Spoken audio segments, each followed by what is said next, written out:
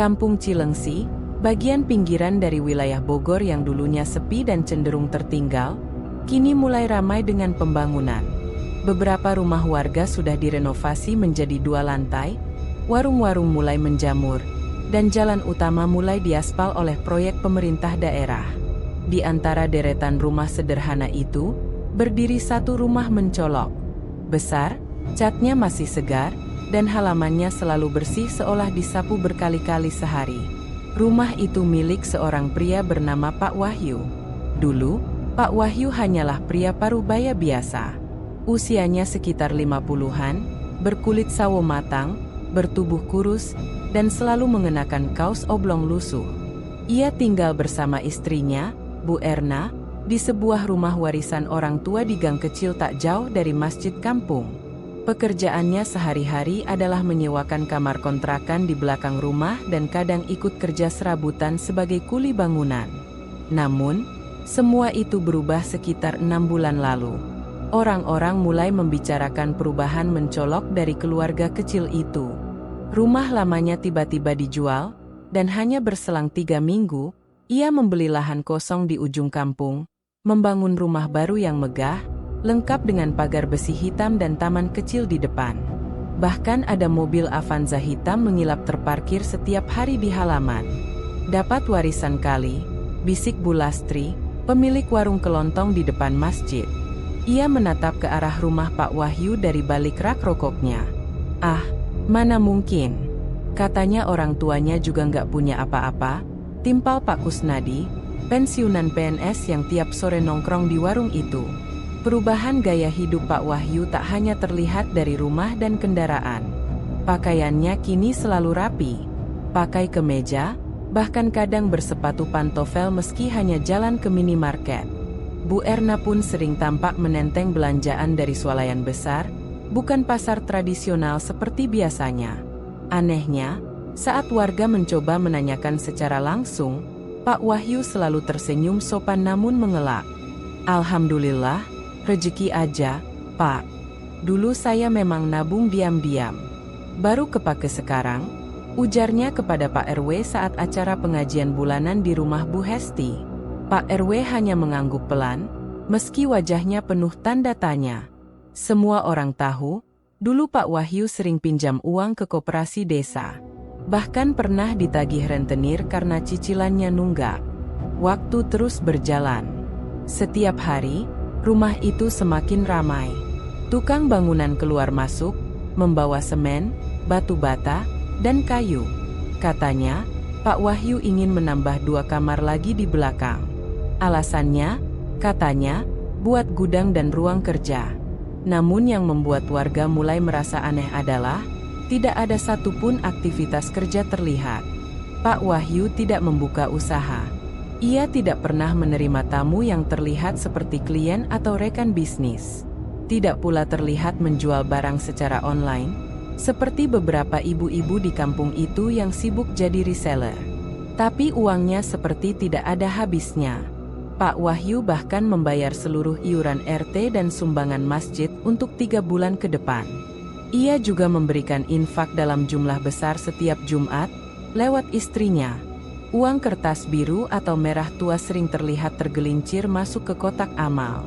"Rezekinya deras banget, ya, Bu Erna," kata Bu Lilis, tetangga sebelah rumah, sambil tersenyum ramah. Bu Erna hanya tertawa kecil, lalu berbisik pelan, "Namanya juga berkah. Kita nggak tahu jalan rezeki orang, ya, Bu." Namun ada sesuatu yang tak diucapkan Bu Erna. Ia tahu betul bahwa uang yang diterima suaminya bukan dari pekerjaan halal. Tapi ia memilih diam.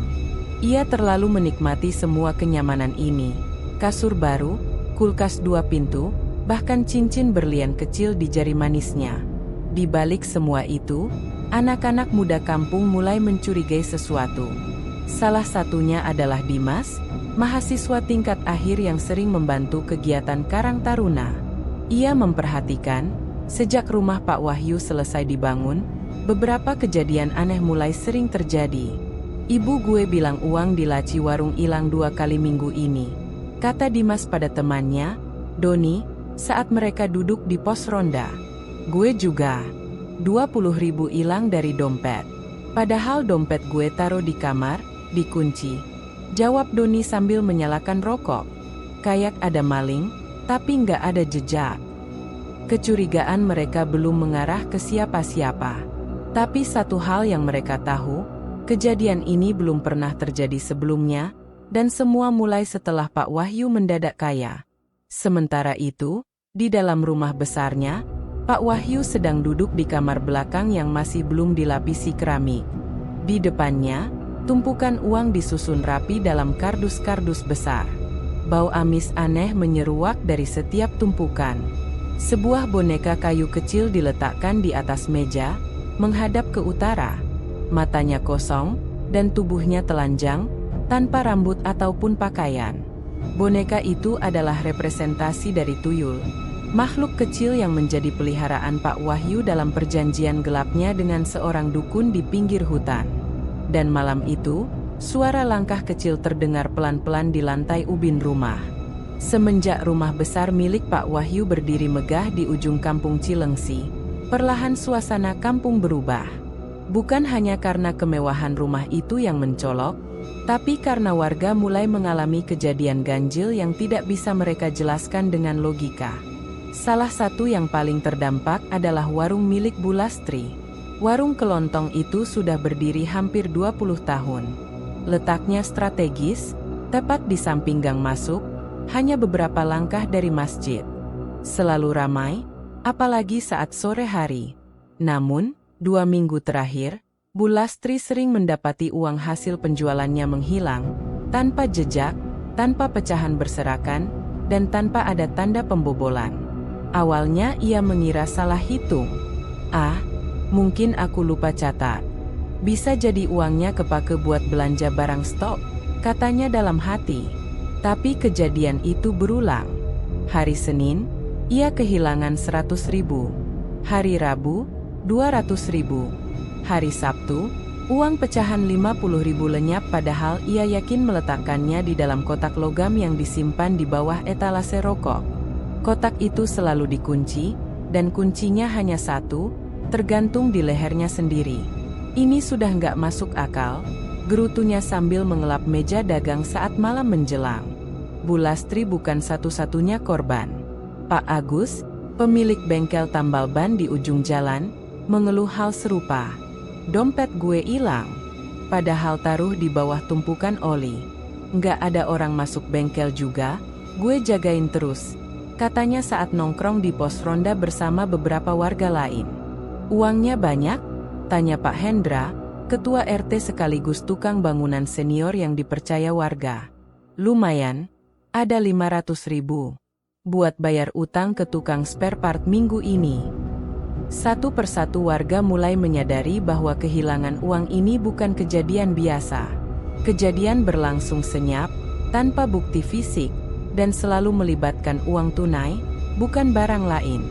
Kalau maling biasa pasti ambil rokok, HP, atau motor sekalian. Ini enggak. Yang hilang cuma uang, itu pun kadang receh 2 ribuan. Tapi rutin, keluh Pak Tarmizi, bendahara DKM Masjid. Ia pun mengalami hal serupa. Kotak amal masjid yang biasa dikumpulkan seminggu sekali mendadak kosong saat dibuka. Padahal baru Jumat lalu, ia sendiri yang mengunci kotak itu dengan gembok besi dan membawanya ke ruang penyimpanan masjid. Ketegangan mulai terasa. Warga melakukan evaluasi bersama di Balai RT, dipimpin oleh Pak Hendra. Ini nggak bisa dibiarkan.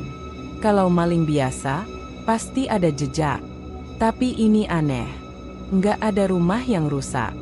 Gembok utuh. Tapi uang hilang terus. Ujar Pak Hendra di depan belasan warga yang hadir malam itu. Duduk di deretan depan adalah Pak Heri, tetangga Pak Wahyu yang rumahnya berjarak hanya 2 gang. Kalau menurut saya, ini bukan kerjaan maling biasa. Bisa jadi ada yang pelihara sesuatu, katanya hati-hati. Beberapa orang langsung saling pandang. Kata, sesuatu, yang dimaksud bukan sekadar hewan atau anak kecil nakal. Di kampung ini, sudah lama beredar cerita tentang tuyul, makhluk kecil, mirip anak-anak, yang bisa mencuri uang tanpa terlihat oleh mata manusia biasa. Ngomong apa, Pak Heri? Masa zaman sekarang percaya hal begituan? Sanggah Pak Agus, walau nadanya terdengar ragu. Pak Heri tidak membalas. Ia hanya tersenyum tipis. Pengalamannya semalam cukup menjadi alasan kuat baginya untuk percaya. Ia melihat sosok kecil berlari di atap rumahnya, lalu menghilang ke arah rumah Pak Wahyu. Malam-malam berikutnya, suasana kampung semakin mencekam. Warga mulai melakukan ronda malam lebih ketat. Dimas dan Doni, dua pemuda Karang Taruna, menjadi relawan jaga malam. Aneh, bro. Udah 3 malam kita muter, tapi nggak ada yang kelihatan mencurigakan. Bisik Doni sambil memegang senter kecilnya. Justru itu. Kalau maling biasa pasti ketahuan. Tapi kalau tuyul? Dimas tidak melanjutkan ucapannya. Doni hanya mengangguk pelan, lalu melirik ke arah rumah Pak Wahyu di ujung gang. Rumah itu gelap seperti biasa, hanya satu lampu teras menyala kuning. Tapi Dimas merasa ada yang aneh. Setiap kali mereka lewat depan rumah itu, hawa di sekitar terasa dingin dan sunyi, berbeda dengan rumah lain. Kadang terdengar suara seperti kaki anak kecil berlari kecil di dalam rumah, tapi tidak pernah ada anak-anak terlihat. Pagi harinya, Bu Erna, istri Pak Wahyu, datang ke warung Bu Lastri seperti biasa. Pagi, Bu. Tambah stok sabun cuci piring. Ya. Sama beras 5 kilo, katanya sambil menyerahkan segepok uang 50.000. Bu Lastri menerimanya dengan ragu. Ia tidak menyukai suasana aneh yang melekat pada keluarga itu, tapi ia tidak punya bukti apapun untuk menolak. Saat Bu Erna pergi, Bu Lastri mengamati uang itu. Warnanya seperti biasa, tidak sobek, tidak ada bau aneh. Tapi entah kenapa, jemarinya terasa gatal setelah memegangnya. Ia segera mencuci tangan. Uangnya sah, tapi ada rasa nggak enak, gumamnya. Di tempat lain, Pak Tarmizi mulai mencatat kehilangan uang secara rinci. Ia punya buku kecil berisi tanggal-tanggal saat kotak amal masjid kehilangan isinya. Dan ia menemukan pola, setiap malam Jumat, kotak itu kosong keesokan harinya. Setiap malam Jumat, ulangnya dalam hati. Dan Pak Tarmizi tahu, malam Jumat adalah saat yang dipercaya paling kuat secara spiritual. Jika benar ada yang memelihara tuyul, malam itulah waktu paling ideal untuk beraksi. Sementara itu, di balik pintu kamar belakang rumah megahnya, Pak Wahyu tengah duduk bersila di hadapan tumpukan kardus uang. Wajahnya muram. Seekor tuyul kecil, botak tanpa alis, sedang duduk di pojok ruangan. Matanya kosong, tubuhnya kurus pucat. Ia tidak bicara, tapi kepalanya bergerak pelan-pelan seperti sedang menunggu perintah. Pak Wahyu menghela napas panjang. Besok malam Jumat, kamu tahu harus kemana? Tuyul itu mengangguk sekali, lalu tubuhnya perlahan memudar seperti asap, menghilang dalam senyap. Kamis malam di kampung Cilengsi selalu lengang selepas Isya. Anak-anak sudah dipanggil masuk rumah oleh orang tuanya, dan beberapa ibu mulai menyiapkan camilan untuk suami yang duduk menonton TV atau mengobrol di warung. Namun suasana berbeda terasa dalam beberapa pekan terakhir. Ada ketegangan yang menggantung di udara, seolah kampung ini sedang diawasi oleh sesuatu yang tak kasat mata. Di sebuah rumah sederhana, Bu Lilis, ibu muda dengan 2 anak kecil, sedang duduk di teras sambil melipat pakaian. Lampu neon gantung berayun pelan ditiup angin. Anak sulungnya, Raka, duduk di dalam sambil memainkan mobil-mobilan plastik. Sambil melipat kaos, Bu Lilis melihat ke arah ujung gang. Sekilas, ia melihat bayangan kecil melintas. Ia sempat mengira itu anak tetangga yang sedang bermain. Namun anehnya, bayangan itu terlalu cepat, seperti berlari tanpa suara, lalu berhenti mendadak di dekat tiang listrik sebelum menghilang begitu saja. Raka, itu tadi siapa? Ya? Tanyanya pelan. Raka tidak menjawab, tapi ia berdiri dan berjalan mendekati pintu. Raka lihat, anak kecil, nggak punya rambut, nggak pakai baju juga, katanya polos. Bu Lilis menelan ludah. Hawa dingin menyergap tengkuknya. Ia berdiri cepat, menarik Raka ke dalam rumah dan menutup pintu rapat. Malam itu, ia tidur dengan lampu menyala penuh, dan telinganya waspada terhadap suara-suara kecil. Keesokan paginya, Bu Lilis segera menceritakan pengalamannya kepada tetangga sekitar. Beberapa ibu rumah tangga langsung mengiyakan, bahkan Bu Siti dari gang sebelah mengaku pernah melihat sosok serupa. Waktu itu saya mau ke kamar mandi belakang, sekitar jam 2 pagi. Saya lihat ada anak kecil berdiri di belakang rak piring. Botak, putih pucat, dan matanya kayak kosong. Pas saya panggil, langsung hilang. Cerita itu menyebar cepat. Dalam sehari, hampir semua warung, pos ronda, dan balai warga membicarakan hal yang sama. Sosok anak kecil misterius, botak, tanpa alis, dan selalu muncul malam hari. Yang membuatnya lebih mengerikan, anak itu tidak dikenal siapapun di kampung. Tidak ada yang tahu dari rumah mana, siapa orang tuanya, atau bahkan dari mana ia masuk ke pekarangan rumah warga. Anak kecil mana yang keluyuran tengah malam? Dan kenapa cuma kelihatan sebentar-sebentar doang? Ucap Pak Hendra sambil mengetuk-ngetuk meja warung. Kalau anak biasa, pasti udah diomelin orang tuanya. Tapi ini enggak wajar, balas Pak Heri dengan suara pelan. Malam berikutnya, Dimas dan Doni yang sedang bertugas ronda mencoba melakukan percobaan kecil. Mereka menyembunyikan dompet berisi uang kertas 50.000 dan 2 recehan di balik kursi bambu pos ronda. Mereka ingin membuktikan apakah tuyul benar-benar mencuri uang secara diam-diam. Mereka duduk berjaga sampai lewat tengah malam. Sekitar pukul 2.30, udara mulai semakin dingin. Lampu jalan berkelip-kelip. Lalu, Dimas mendengar suara seperti napas pendek dan cepat. Doni menyikutnya. Itu lihat, bisiknya. Dimas menoleh cepat. Tepat di seberang jalan, di bawah bayang-bayang pohon jambu, ada sosok kecil sedang berdiri. Tubuhnya telanjang, kulitnya pucat seperti lilin, dan yang paling mencolok, tidak ada rambut atau alis sama sekali. Sosok itu hanya berdiri diam, tak berkedip. Wajahnya datar tanpa ekspresi, seperti boneka. Lalu, perlahan ia menunduk, merangkak ke arah pos ronda, tanpa suara sedikit pun. Dimas dan Doni tak bisa berkata apa-apa. Nafas mereka tercekat. Tapi begitu sosok itu sampai ke dekat kursi bambu tempat dompet diletakkan, ia berhenti, menghilang dalam sekejap, seperti kabut yang ditiup angin. Dimas langsung memeriksa tempat persembunyian dompet. Kosong. Recehan 2.000 dan uang kertas 50.000 semuanya lenyap. Tidak ada bekas, tidak ada jejak. Bahkan daun-daun kering yang tadi berserakan di sekitar kursi tidak bergerak sedikit pun. Malam itu, mereka pulang tanpa berkata apa-apa.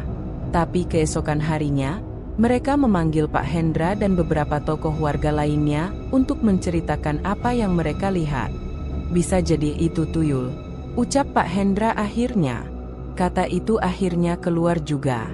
Sebagian warga menolak mempercayainya, menganggap cerita itu hanya imajinasi remaja, tapi wajah pucat Dimas dan Doni, serta kesaksian beberapa ibu rumah tangga, membuat keraguan itu mulai menipis.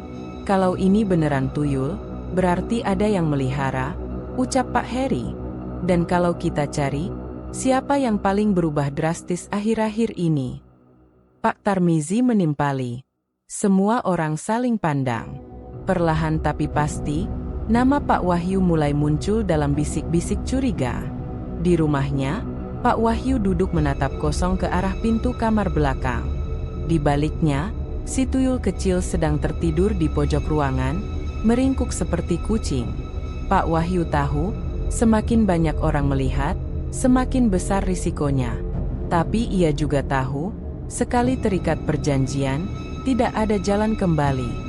Ia mengusap wajahnya. Wajah yang kini dipenuhi kerutan, bukan karena usia, tapi karena kecemasan. Ia sadar, suatu saat nanti tuyul itu bisa berulah di luar batas. Dan saat itu, ia tidak yakin bisa mengendalikannya lagi. Tapi semua sudah terlanjur. Kamar itu kini hampir penuh. Kardus-kardus berisi uang sudah disusun setinggi dada. Setiap malam tuyul membawa pulang hasil curian, dan setiap pagi, Pak Wahyu menghitungnya dengan hati gelisah. Uang memang datang, tapi bersamaan dengan itu, ketakutan pun ikut menumpuk. Matahari baru saja naik ketika suara palu dan gergaji mulai menggema dari arah ujung kampung Cilengsi. Bagi warga, suara itu bukan hal asing. Sudah hampir 2 bulan, rumah megah milik Pak Wahyu selalu diramaikan suara renovasi, pembongkaran, dan pembangunan baru. Namun yang menjadi pertanyaan semua orang, apa yang terus-menerus dibangun? Rumah itu sudah besar, 2 lantai, dengan garasi luas dan halaman depan tertata rapi. Tapi Pak Wahyu tampaknya belum puas. Hampir setiap minggu, selalu ada proyek baru. Tembok belakang dibongkar, lalu dibangun kamar tambahan. Beberapa minggu kemudian, kamar itu dibongkar kembali, digeser sedikit, lalu dibangun ulang. Lalu dibangun ruang bawah tanah. Lalu ditambah tembok pembatas.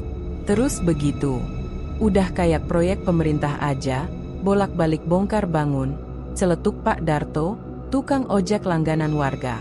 Yang membingungkan, Pak Wahyu tidak pernah menyewa jasa kontraktor tetap. Tukangnya selalu berbeda. Hari ini tukang dari kampung sebelah, minggu depan dari Parung, minggu depannya lagi dari Dramaga. Mereka datang pagi, kerja sampai sore, lalu pulang. Tidak pernah menginap. Bahkan mereka tidak tahu proyek itu sebenarnya untuk apa. Saya disuruh bangun kamar aja, Pak. Ukurannya 5 kali 5 meter, tanpa jendela, temboknya dilapisi 2 lapis batu bata. Kata yang punya rumah, harus kedap suara, ujar salah satu tukang kepada Pak Heri, yang kebetulan bertemu di warung makan. Kedap suara? Pak Heri mengernyit. Kamar buat apa tuh? Tukang itu hanya mengangkat bahu.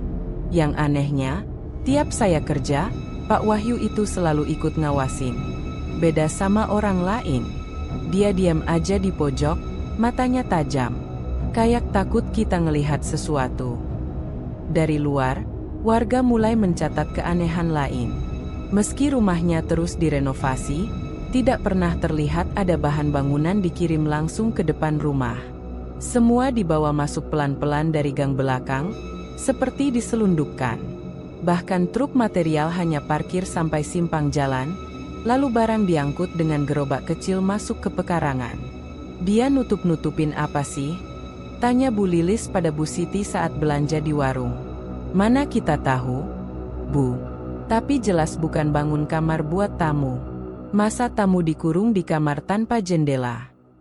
Dimas, yang sejak awal mencurigai aktivitas Pak Wahyu, mulai mencatat semua pola aneh itu.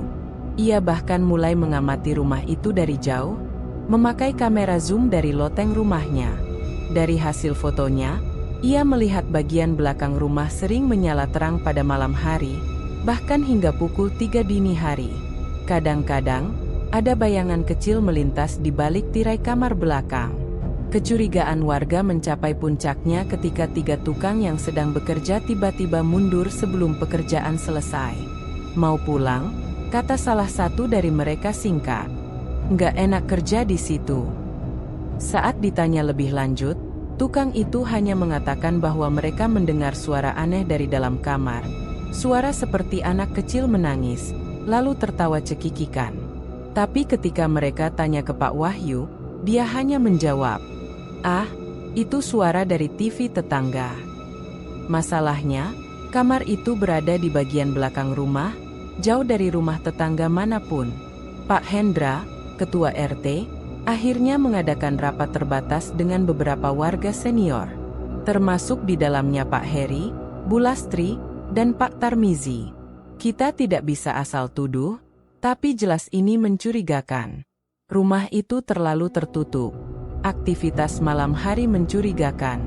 Dan kita semua tahu, sejak rumah itu dibangun, uang orang-orang mulai hilang, kata Pak Hendra serius. Kita harus cari cara untuk masuk ke rumah itu. Tapi nggak bisa sembarangan, sahut Pak Heri. Kita coba dulu pendekatan baik-baik. Saya dan Pak RW akan datang kunjungan warga. Lihat reaksi dia, usul Pak Hendra. 2 hari kemudian, Pak Hendra dan Pak RW datang ke rumah Pak Wahyu. Mereka membawa bingkisan berisi roti dan minuman, pura-pura ingin silaturahmi biasa. Pak Wahyu menyambut mereka dengan senyum kaku. Wah, nggak nyangka. Tumben-tumbenan Pak RT main ke sini, katanya sambil mempersilakan masuk. Saat masuk, Pak Hendra langsung mencium bau aneh. Seperti bau kemenyan dan amis tanah basah. Ia melihat rumah itu bersih, terlalu bersih. Tapi anehnya, suasananya terasa sunyi. Seolah rumah itu menelan suara. Wah, banyak pembangunannya, Pak? Tanya Pak RW. Pak, rencana buat gudang dan ruang kerja. Soalnya suka jualan barang online sekarang, jawab Pak Wahyu datar. Wah, bagus itu. Bisa buat contoh warga lain, kata Pak Hendra sambil melihat ke arah pintu belakang yang tertutup rapat. Boleh kami lihat-lihat belakangnya? Tanyanya santai. Namun wajah Pak Wahyu berubah tegang. Ah, itu belum selesai, Pak. Banyak puing. Bahaya. Lain kali aja kalau udah rapi. Pak Hendra mengangguk. Tapi ia tahu, jawaban itu membenarkan kecurigaannya. Malam harinya, Bu Nani, pembantu rumah tangga yang kadang membantu bersih-bersih rumah Pak Wahyu, pulang mendadak. Ia datang ke rumah Bu Lilis dengan napas terengah. Bu, saya tadi bersih-bersih kamar belakang. Pak Wahyu lagi keluar sebentar. Saya lihat tumpukan uang. Banyak banget. Kardusnya penuh. Tapi, baunya kayak bangkai. Bu Lilis terbelalak. Kamar itu, sepertinya bukan gudang biasa. Bu Nani bergetar. Dan malam itu, kabar itu menyebar cepat di antara warga. Sementara itu, Pak Wahyu berdiri di depan pintu kamar belakang. Ia memandangi pintu itu seolah bisa menembusnya. Di dalam, tuyul sedang duduk bersila di atas tumpukan uang. Pak Wahyu menutup pintu perlahan. Kali ini ia menggemboknya 2 kali. Ia tahu waktu untuk menyembunyikan semuanya mulai habis. Siang itu langit Cilengsi mendung, udara gerah dan lembab. Bu Nani, seorang janda berusia awal 50-an, baru saja selesai menyapu halaman belakang rumah Pak Wahyu. Ia baru 3 minggu bekerja paruh waktu di sana sebagai pembantu. Pekerjaannya ringan, membersihkan lantai, mencuci piring, dan menyapu taman kecil. Gajinya lumayan, bahkan lebih besar dari upah bersih-bersih rumah warga lain. Meski begitu, Bu Nani menyimpan rasa tidak nyaman sejak hari pertama. Rumah Pak Wahyu terasa berbeda. Sunyi yang janggal, terlalu bersih seperti tak pernah ditinggali. Ada bau lembab dan sedikit amis yang selalu muncul dari arah belakang rumah, meski seluruh ruangan beraroma sabun pel lantai wangi. Hari itu, Pak Wahyu pamit keluar sebentar. Katanya ada urusan di bank. Kalau saya belum pulang jam 4, Ibu pulang aja dulu. Ya, nanti gajinya saya transfer, katanya sambil merapikan kemejanya. Bu Nani mengangguk. Ia melihat Pak Wahyu mengunci pintu kamar belakang seperti biasa. Namun tak lama setelah suara motor Pak Wahyu menjauh, terdengar suara klik dari arah pintu kamar itu. Gemboknya terbuka sendiri. Bu Nani terdiam. Ia berdiri di ruang tengah, menyeka keringat dari pelipis. Suara itu jelas. Gembok yang tadi dikunci, kini seperti terbuka oleh sendiri. Jantungnya berdegup cepat. Ah, mungkin Pak Wahyu lupa, gumamnya. Tapi bagian dalam dirinya seolah menuntun untuk memeriksa. Rasa ingin tahu mengalahkan ketakutan. Pelan-pelan, ia berjalan ke belakang. Tangannya gemetar saat memutar gagang pintu. Pintu itu terbuka, sedikit demi sedikit, hingga tampaklah ruangan di baliknya. Ruangan itu berukuran sekitar 5 kali 5 meter. Tidak ada jendela. Lampunya redup kuning, menciptakan bayangan samar di setiap sudut. Tapi yang paling mencolok bukan gelap atau sempitnya ruangan itu, melainkan tumpukan kardus besar yang menutupi hampir seluruh lantai. Bu Nani melangkah masuk, langkahnya ringan dan penuh waspada.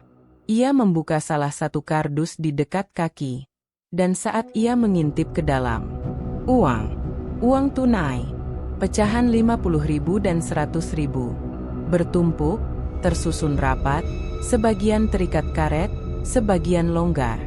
Bau khas kertas bercampur amis langsung menyeruak. Namun bukan hanya bau uang yang tercium. Ada aroma busuk yang dalam, seperti bangkai tikus dicampur bau tanah kuburan. Semakin ia masuk ke dalam, bau itu semakin menusuk. Ia membuka kardus kedua. Sama, penuh uang. Kardus ketiga, juga uang. Ada yang warnanya sudah pudar, seolah terlalu lama disimpan. Di sisi ruangan, ada meja kayu tua dengan lilin kecil yang habis terbakar, beberapa kemenyan, dan boneka kayu kecil bertubuh telanjang tanpa rambut, tanpa alis, matanya menatap kosong. Bu Nani menutup mulutnya, menahan mual. Ia mundur cepat, hampir tersandung tumpukan uang, lalu lari keluar kamar. Napasnya memburu, dadanya sesak. Ia tidak kembali untuk mengepel lantai seperti biasa. Hari itu, ia langsung pulang tanpa pamit. Malam harinya, ia datang ke rumah Bu Lilis, masih dengan wajah pucat dan tangan gemetar. Ia menceritakan semuanya. Tidak dilebih-lebihkan, tidak dikurangi. Bu Lilis mendengarkan dengan wajah serius. Saya nggak tahan, Bu. Itu bukan uang biasa. Baunya kayak darah. Dan banyak banget. Satu kamar isinya uang semua, kata Bu Nani. Bu Lilis tak banyak bicara. Ia tahu Bu Nani bukan tipe pembual. Besok paginya, kabar itu sampai ke telinga Pak Hendra. Kita harus bertindak, kata Pak Hendra dalam rapat darurat warga. Hadir malam itu, Pak Heri, Pak Tarmizi, Dimas, dan beberapa tokoh lainnya. Kita belum bisa menuduh, tapi tanda-tandanya jelas. Ada suara anak kecil misterius. Ada kamar tersembunyi. Ada uang yang muncul entah dari mana. Dan sekarang, ada saksi mata, katanya sambil menatap semua yang hadir. Pak Wahyu mungkin memelihara sesuatu, ucap Dimas akhirnya. Semua terdiam. Sementara itu, di rumahnya, Pak Wahyu duduk termenung di ruang tamu. Ia tahu Bu Nani telah melihat kamar itu. Ia mencium bau ketakutan wanita itu sejak siang tadi. Tuyul yang dipeliharanya juga resah. Ia mendengar suara bisikan samar di telinganya. Bisikan dari makhluk kecil itu, menuntut lebih banyak tempat, lebih banyak ruang, lebih banyak uang. Ia berdiri, membuka pintu kamar belakang, dan melangkah masuk. Di sana, Tuyul duduk di sudut ruangan, tubuhnya menggigil. Uang masih berserakan, bahkan kini mulai menggunung di pojok. Pak Wahyu tahu, waktu mereka tak banyak. Perjanjian dengan dukun tua dari pinggiran hutan menuntut kamar itu tidak boleh dibuka orang lain. Tidak boleh diketahui siapapun. Dan sekarang itu telah dilanggar. Malam itu, di atas rumah Pak Wahyu, seekor burung hantu melintas. Angin berhenti, lampu jalan berkedip, dan dari jendela belakang rumah itu, mata kecil berwarna merah menyala perlahan di dalam gelap. Tuyul itu belum puas.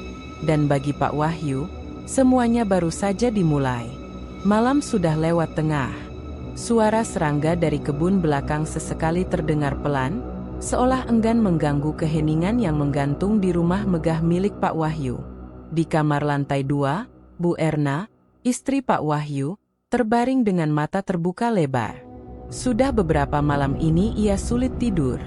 Ada perasaan tidak nyaman yang tidak bisa ia jelaskan dengan kata-kata.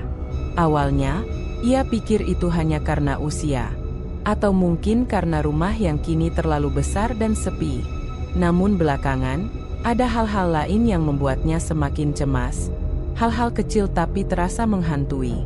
Seperti tadi malam, saat ia hendak ke kamar mandi, ia mendengar suara langkah kecil berlari di lorong belakang. Suara itu cepat dan pelan, seperti tapak kaki anak-anak menyentuh lantai marmer tanpa alas. Saat ia menoleh, lorong itu kosong, gelap, dan sunyi. Tadi siang, saat ia membersihkan ruang makan, ia mendapati setumpuk uang kertas berserakan di bawah meja makan. Uang itu seperti tercecer dari arah kamar belakang. Ia sudah pernah bertanya kepada suaminya, tapi jawaban Pak Wahyu selalu pendek dan dingin. Itu uang kerjaan baru. Kamu nggak usah ikut campur, jawabnya. Tapi Bu Erna bukan orang bodoh. Ia tahu uang sebanyak itu tidak mungkin hasil dari jual beli online seperti yang sering dikatakan Pak Wahyu. Apalagi setiap malam, suaminya selalu mengurung diri di kamar belakang dan tidak mengizinkan siapapun masuk. Kadang-kadang, ia mendengar Pak Wahyu berbicara sendiri, seperti sedang menenangkan seseorang atau sesuatu. Malam ini, ketegangan di dalam dirinya mencapai puncak. Pukul 2 lewat sedikit, Bu Erna terbangun karena suara bisikan di dekat telinganya. Suara itu pelan, seperti suara anak kecil. Bukan bahasa yang ia pahami, hanya gumaman pelan, tapi jelas berada tepat di sebelah wajahnya. Ketika ia membuka mata, tidak ada siapapun. Namun hawa di sekelilingnya terasa dingin. Bulu kuduknya berdiri. Ia menarik selimut, tapi tubuhnya bergetar. Ruangan terasa seperti ada orang lain, meskipun tak terlihat. Ia berani bangun, lalu melangkah ke arah jendela. Ia mengintip ke bawah. Dari lantai 2, ia bisa melihat sebagian halaman belakang. Dan di sana, tepat di sudut, ada sosok kecil duduk membelakangi rumah. Bu Erna memicingkan mata. Sosok itu botak, tanpa pakaian, tanpa alis, dan tubuhnya tampak seperti lilin pucat di bawah sinar bulan. Ia menutup jendela cepat-cepat. Wajahnya pucat pasi. Tangannya gemetar. Ya Allah, itu anak apa? Gumamnya. Paginya, ia mencoba bicara dengan Pak Wahyu. Suaminya sedang duduk di ruang tamu, matanya sembab, wajahnya lesu seperti tidak tidur semalaman. Di tangannya ada rokok yang belum dinyalakan, dan secangkir kopi yang sudah dingin. Ya, aku mau bicara, kata Bu Erna hati-hati. Pak Wahyu tidak menjawab. Matanya kosong, seperti sedang memikirkan sesuatu yang berat. Aku dengar sesuatu tadi malam, di dekat telinga. Suara kecil, kayak bisikan. Pak Wahyu mengalihkan pandangan. Tangannya bergetar. Ia tahu Bu Erna mulai menyadari sesuatu. Aku juga lihat sesuatu di luar. Anak kecil, duduk sendirian. Botak. Kamu tahu itu apa? Pak Wahyu menghela napas panjang, tapi tidak berkata apa-apa. Wahyu, kalau kamu terlibat sesuatu yang gak benar, lebih baik berhenti sekarang. Aku bisa rasakan, rumah ini berubah. Dinginnya beda. Sunyinya bukan sunyi biasa, kata Bu Erna, kini dengan suara lebih tegas. Pak Wahyu hanya menjawab lirih, aku tidak bisa berhenti. Bu Erna terdiam. Ada rasa takut di balik jawaban itu. Suaminya seperti berada di bawah tekanan besar. Ia ingin bertanya lebih jauh, tapi matanya menangkap sesuatu di lantai belakang, di dekat pintu kamar yang selalu terkunci. Ada jejak kaki kecil, seperti tapak anak-anak, basah dan kotor, mengarah dari kamar ke ruang tengah.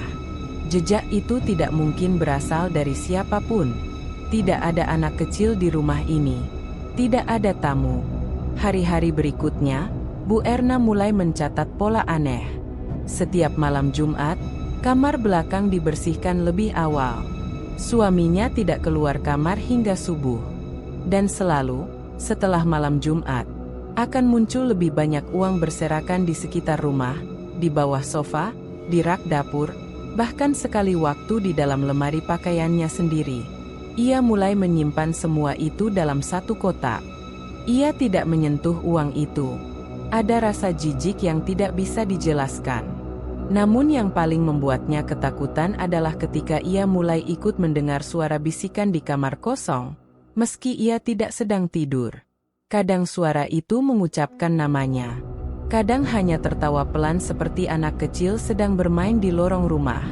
Bu Erna tahu, ini bukan halusinasi. Dan ia juga tahu, suaminya menyembunyikan sesuatu yang jauh lebih besar dari sekadar kamar penuh uang. Malam minggu itu, saat Pak Wahyu sedang tertidur di ruang tamu karena kelelahan, Bu Erna memberanikan diri mengintip ke kamar belakang. Pintu tidak dikunci. Pelan-pelan ia mendorongnya. Ruangan itu gelap, hanya diterangi satu lampu gantung yang redup. Tumpukan kardus terlihat jelas.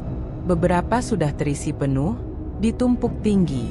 Tapi matanya tertarik ke arah sudut ruangan, di mana ada boneka kecil kayu berdiri di atas alas putih. Di depannya ada kemenyan, bunga melati, dan satu gelas darah ayam yang sudah menghitam. Jantungnya hampir berhenti. Ia mundur cepat dan menutup pintu kembali, menahan napas. Dadanya sesak. Kepalanya berdenyut. Di belakangnya, suara kecil terdengar pelan. "Erna?" Ia menoleh cepat. Lorong itu kosong. Tapi suara itu datang lagi. Bisikan kecil, tertawa pelan, lalu hilang. Bu Erna tidak bisa lagi tinggal diam. Ia tahu, kalau ini terus dibiarkan, keluarganya akan binasa. Hari Jumat adalah waktu paling sibuk bagi Pak Tarmizi, Ketua DKM Masjid Al-Falah. Sejak pagi ia sudah bersiap mengatur karpet, memastikan pengeras suara berfungsi, dan mengecek isi kotak amal masjid. Ia adalah orang tua yang disegani warga, usia 63 tahun, sabar, lurus, dan sangat peduli pada kegiatan keagamaan di kampung. Namun siang itu, sebelum salat Jumat dimulai, ia mengalami kejadian yang mengguncang keyakinannya. Kotak amal masjid, yang biasanya berisi uang infak dari para jamaah sejak beberapa hari terakhir, kosong. Bukan hanya sedikit, tapi benar-benar kosong. Tidak ada satu lembar pun tersisa, bahkan koin receh pun tak ditemukan. Kotak itu masih terkunci, tidak ada bekas congkelan, dan gemboknya tidak rusak. Pak Tarmizi terpaku. Ia segera memanggil Pak Rudi, penjaga masjid yang juga sering membersihkan area sekitar. "Ruth, ini kamu buka?" tanyanya sambil menunjuk kotak amal di dekat pintu masjid. Pak Rudi geleng-geleng. "Sama sekali enggak, Pak. Sejak Selasa belum saya sentuh." "Lalu uangnya kemana? Ini kan kotak yang untuk kas rutin. Harusnya ada banyak." Pak Rudi ikut bingung. Mereka berdua membuka kotak amal dan memeriksanya lebih teliti. Hasilnya tetap sama, tidak ada jejak pembobolan, tidak ada yang aneh, hanya isinya yang raib entah kemana. Salat Jumat tetap berlangsung khusyuk. Tapi dalam hati, Pak Tarmizi resah. Ia tak bisa menyampaikan kejadian itu secara terbuka di mimbar karena takut menimbulkan kepanikan. Namun setelah salat selesai, ia menyelinap ke ruang takmir dan memeriksa rekaman CCTV. Masjid Al-Falah memang punya dua kamera sederhana. Satu menghadap ke halaman, satu lagi ke arah dalam pintu masuk. Tapi saat ia memutar rekaman untuk malam-malam terakhir, ia terkejut. Rekaman dari 2 malam terakhir tidak bisa diputar. Filenya rusak. Bahkan saat dicoba berkali-kali, hanya muncul layar hitam dan suara mendengung seperti gangguan sinyal. Ia segera menghubungi Pak Hendra, Ketua RT. "Pak, saya curiga. Ini bukan kehilangan biasa. Kotak amal 2 malam berturut-turut hilang isinya, padahal terkunci rapat. CCTV pun rusak. Bukan rusak teknis, tapi seperti diganggu sesuatu." Pak Hendra diam sejenak, lalu berkata dengan nada berat, "Saya mulai yakin. Ini semua berhubungan dengan kejadian-kejadian aneh akhir-akhir ini, Pak. Anak kecil tanpa alis, kamar penuh uang, dan sekarang uang kotak amal hilang. Saya rasa ini bukan pencurian biasa." Malam harinya, warga kembali berkumpul di pos ronda. Pak Tarmizi hadir bersama beberapa pengurus masjid lain. Hadir pula Pak Heri, Bu Lilis, Dimas, dan beberapa tokoh kampung yang kini mulai terbuka membahas isu yang selama ini hanya beredar dalam bisik-bisik. "Saya usul, kita bentuk tim ronda lebih serius," kata Pak Hendra. "Mulai malam ini, pos ronda harus jaga 2 shift. Kita awasi gang, warung, dan juga rumah-rumah warga yang dicurigai. Semua orang paham siapa yang dimaksud, meski tidak ada satupun menyebut nama Pak Wahyu secara langsung. Dimas menawarkan diri untuk memeriksa ulang rekaman CCTV. Ia punya teman yang bisa memperbaiki file rusak. Ia juga berniat memasang kamera kecil menghadap jalan belakang rumah Pak Wahyu secara diam-diam. Kalau benar tuyul yang mencuri uang itu, pasti ada jejaknya, ucapnya serius. Beberapa hari kemudian, kejadian serupa terjadi lagi. Kali ini, warung milik Bu Rosidah kehilangan uang Rp400.000 dari lacinya, padahal laci itu dikunci, dan uang disimpan di dalam kaleng tertutup. Tak ada jejak pencurian, tak ada kaca pecah, tak ada pintu rusak. Uang hilang begitu saja. Bu Rosidah menangis ketika menceritakan kejadian itu kepada Pak Tarmizi. Baginya, uang itu bukan sekadar uang dagangan. Itu uang belanja untuk kebutuhan dapur selama seminggu. Setiap malam saya tutup warung jam 9. Tapi entah kenapa, pas pagi dibuka, uangnya hilang. Padahal semua aman, rapi.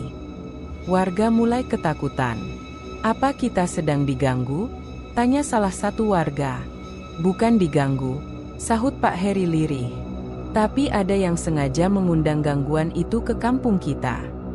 Semua pandangan perlahan tertuju pada satu arah, rumah besar di ujung jalan. Rumah Pak Wahyu. Sementara itu, di rumahnya, Pak Wahyu termenung. Ia duduk di dalam kamar belakang, di tengah tumpukan kardus yang kini hampir mencapai langit-langit. Uang bertambah setiap malam. Tuyul bekerja cepat, menyusup ke rumah-rumah warga dan mengambil uang dalam jumlah kecil tapi terus-menerus. Dan tak satu pun yang bisa menghentikannya. Tapi malam ini, Pak Wahyu justru merasa tidak tenang. Ia merasakan tekanan di dadanya. Suara bisikan tuyul yang biasanya hanya terdengar samar kini semakin jelas. Makhluk kecil itu menuntut tumbal berikutnya. Darah ayam sudah tidak cukup. Ia menginginkan darah manusia. Pak Wahyu menolak. Tapi setiap penolakan dibalas dengan kekacauan. Kamar mulai bau busuk. Uang di kardus perlahan berubah warna, menghitam. Dan yang paling menyakitkan, tubuhnya melemah. Kakinya bengkak, perutnya sesak, dan ia mulai batuk darah setiap malam. Ia tahu perjanjian itu tidak bisa dipatahkan. Tapi ia juga tahu, kalau warga sampai tahu kebenaran, ia tidak hanya kehilangan rumah, ia bisa kehilangan nyawa.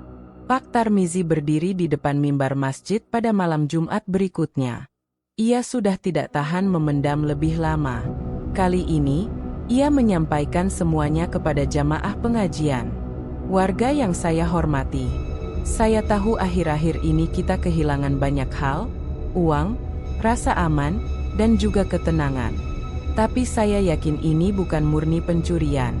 Kita sedang dihadapkan pada ujian, dan mungkin ada di antara kita yang memilih jalan sesat." Beberapa warga mulai terisak. Yang lain menunduk dalam doa. Pak Tarmizi menutup pengajiannya dengan satu kalimat yang menghentak. Tidak ada kekayaan yang sepadan dengan harga batin dan ketakutan.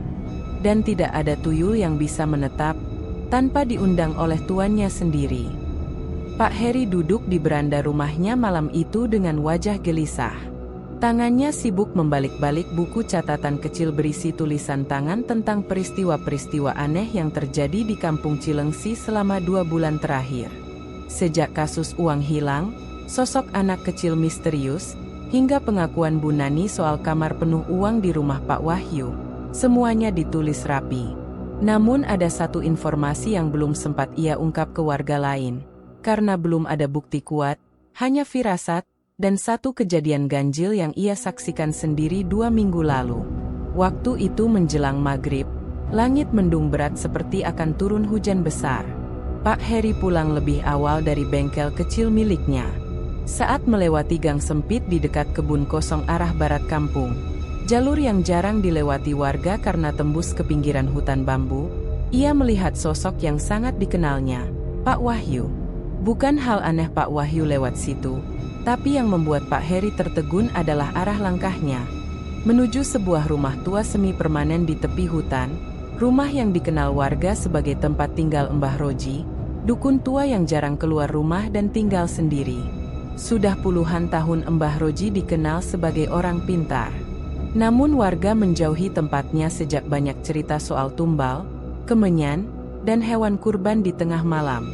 Tak ada warga yang benar-benar tahu apa yang dilakukan Mbah Roji, tapi aura seram rumah itu cukup untuk membuat siapapun memutar balik langkah. Pak Heri berdiri cukup jauh, menyelinap di balik batang pohon pisang.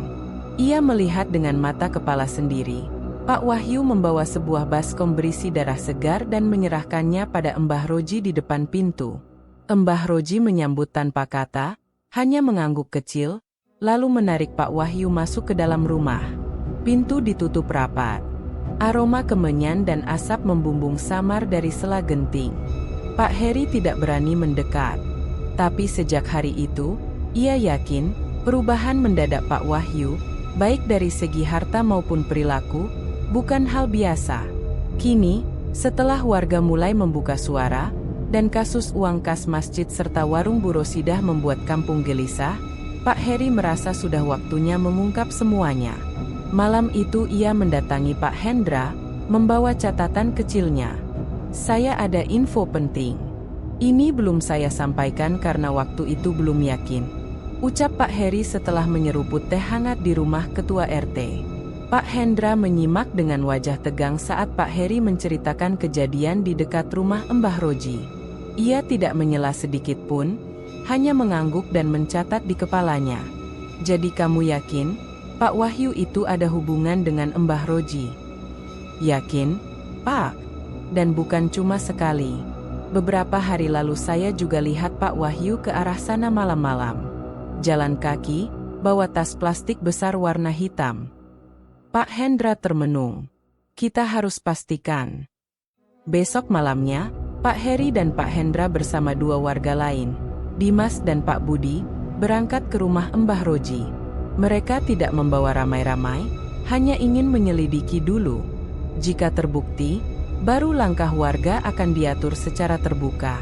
Rumah Mbah Roji berdiri menyendiri di tengah semak belukar yang semakin tinggi.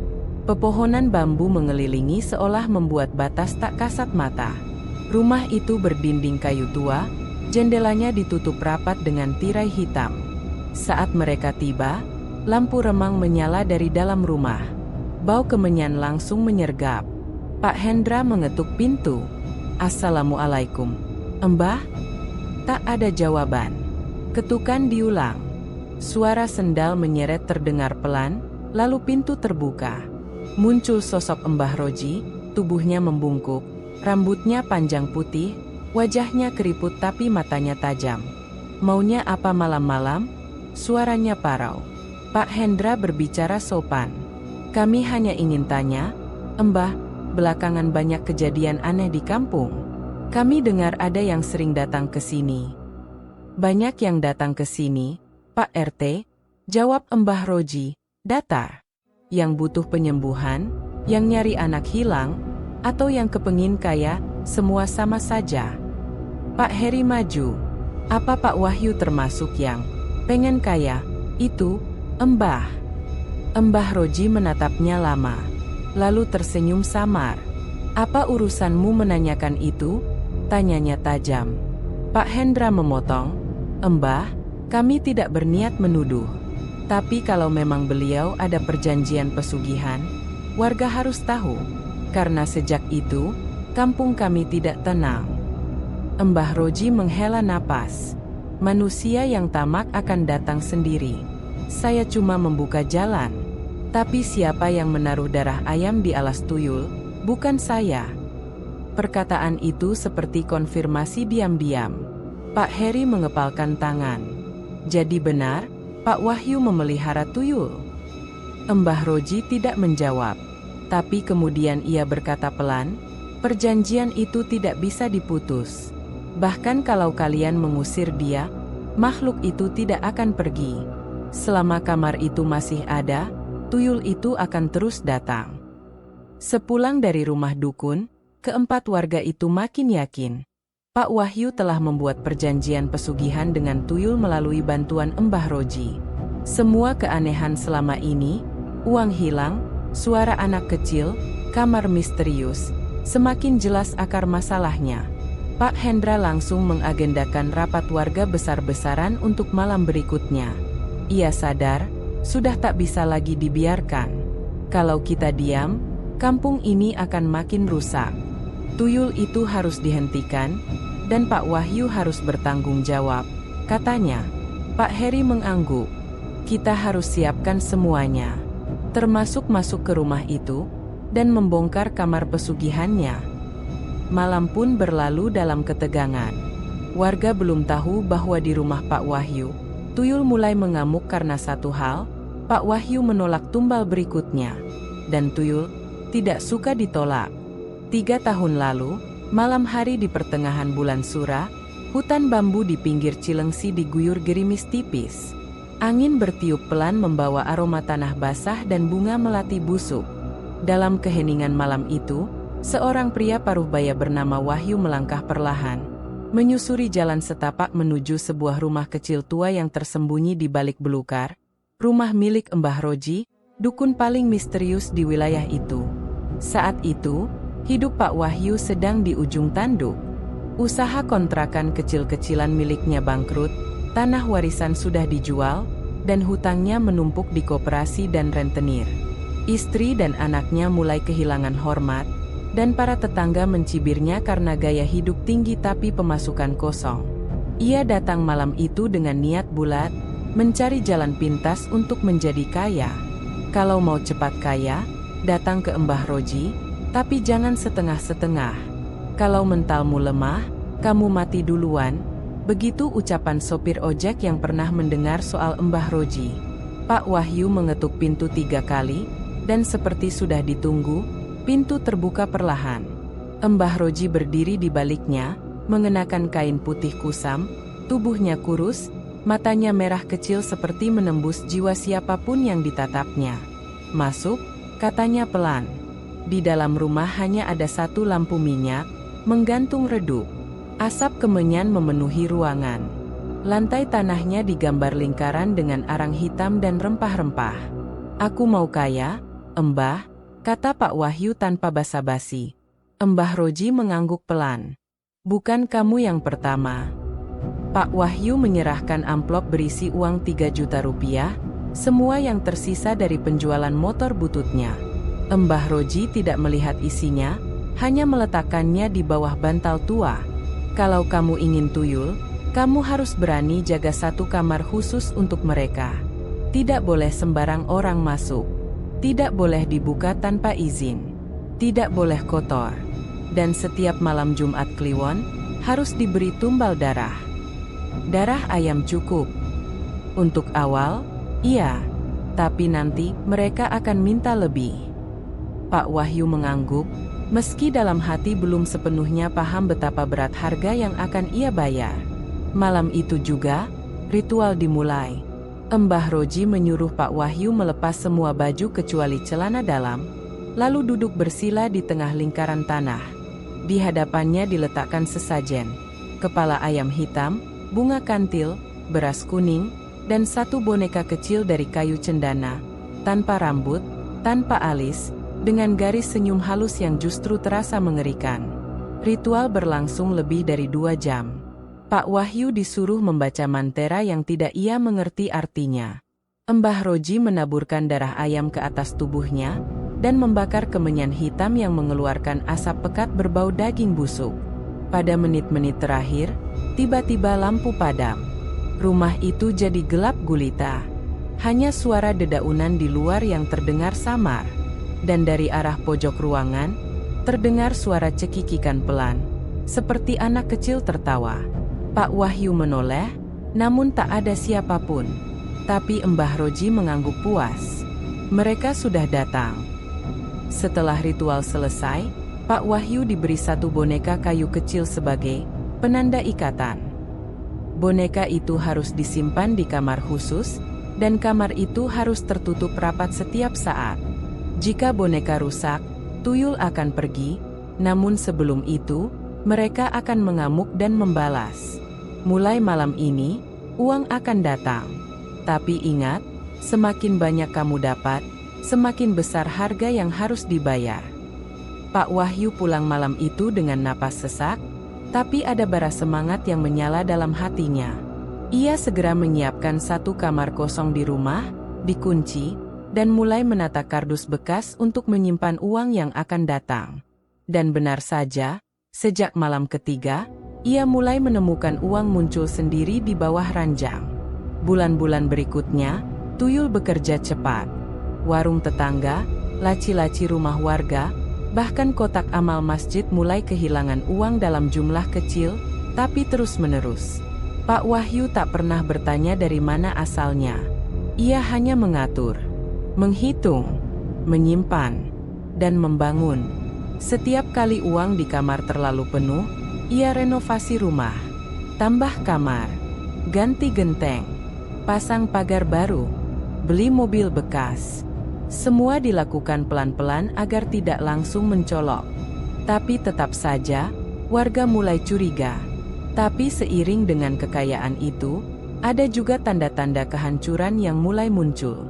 Tubuh Pak Wahyu mulai melemah. Sering mimisan.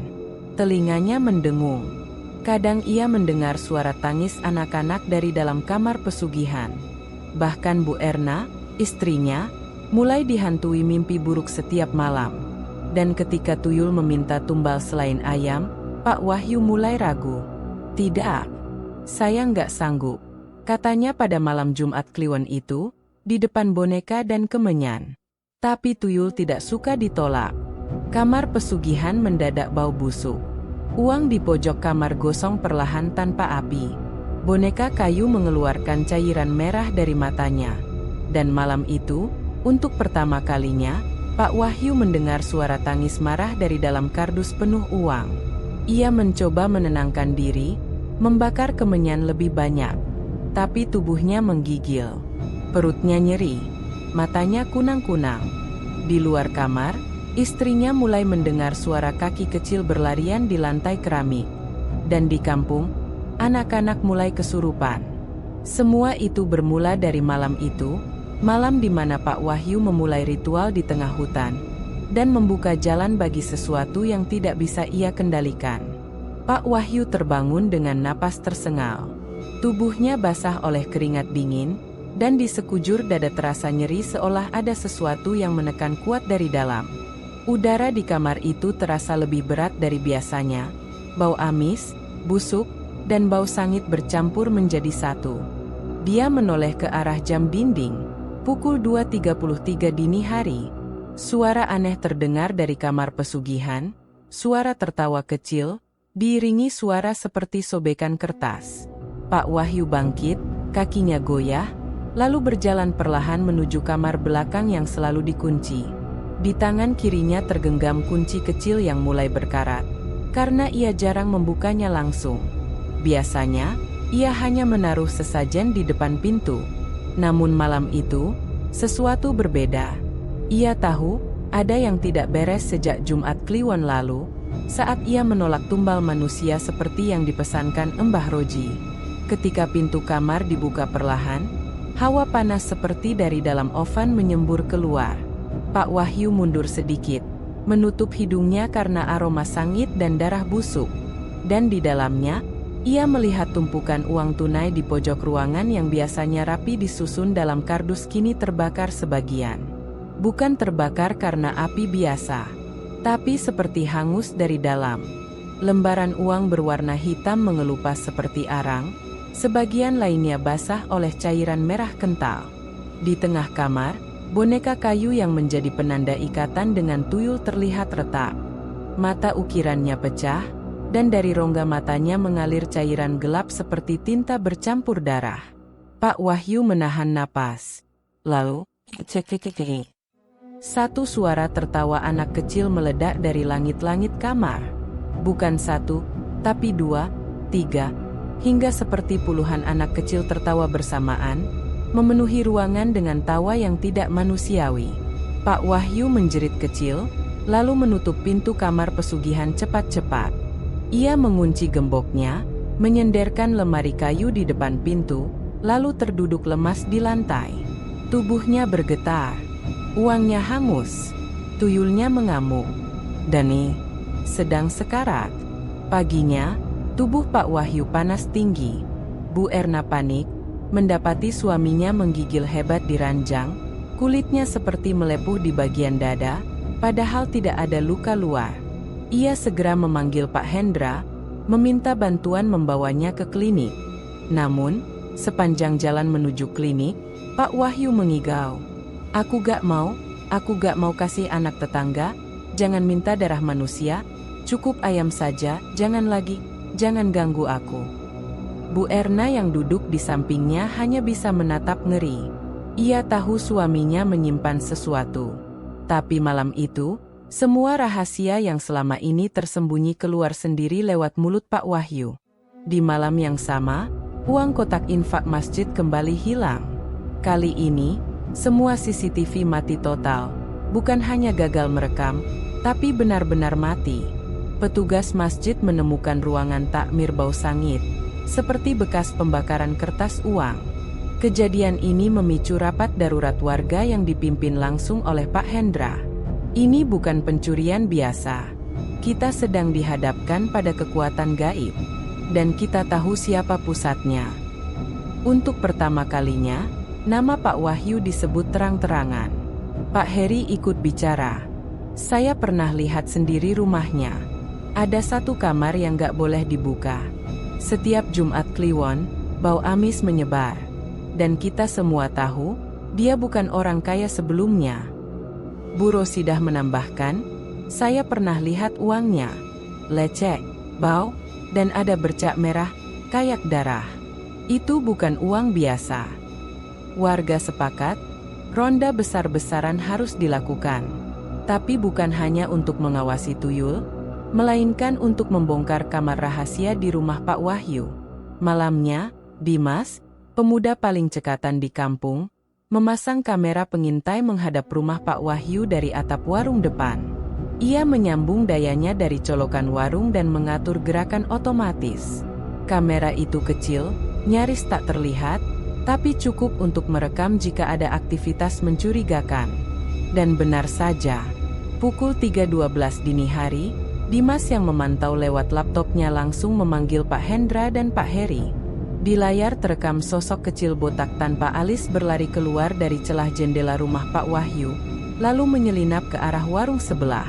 Tak lama kemudian, ia kembali ke rumah sambil menenteng plastik kresek kecil berisi lembaran uang. Itu tuyulnya, kata Dimas lirih. Pak Hendra mengepalkan tangan. Kita harus tangkap basah. Tapi jangan gegabah. Kita butuh bukti kuat. Besok malam, kita bongkar kamarnya. Sementara itu, di rumahnya, Pak Wahyu nyaris tak sadarkan diri. Bu Erna yang kini sudah melihat sendiri kamar pesugihan dan mengetahui semuanya hanya bisa menangis. Ia tahu keserakahan suaminya telah membuka jalan bagi malapetaka besar. Ia duduk di pojok kamar sambil memegang boneka kecil kayu yang telah retak dan menghitam. Dari bawah pintu kamar pesugihan, asap tipis menyusup keluar perlahan-lahan. Dan dari balik dinding, suara langkah kaki kecil terus berjalan mondar-mandir. Langkah itu tidak berhenti, tidak lelah, dan tidak pernah sendirian. Hari Minggu pagi di kampung Cilengsi biasanya diisi dengan suara anak-anak bermain. Namun kali ini, suasana berbeda. Warga mulai khawatir, setelah Rara, anak perempuan berusia 9 tahun, kesurupan saat sedang bermain di halaman rumah bersama teman-temannya. Bu Lilis, ibunya, menjerit histeris saat mendapati putrinya tiba-tiba jatuh ke tanah, menggeliat, lalu tertawa cekikikan seperti anak laki-laki. Bukan hanya tertawa, tapi juga berkata-kata aneh, dengan suara berat dan nada mengejek. Uangnya udah kuambil, nanti aku balik lagi.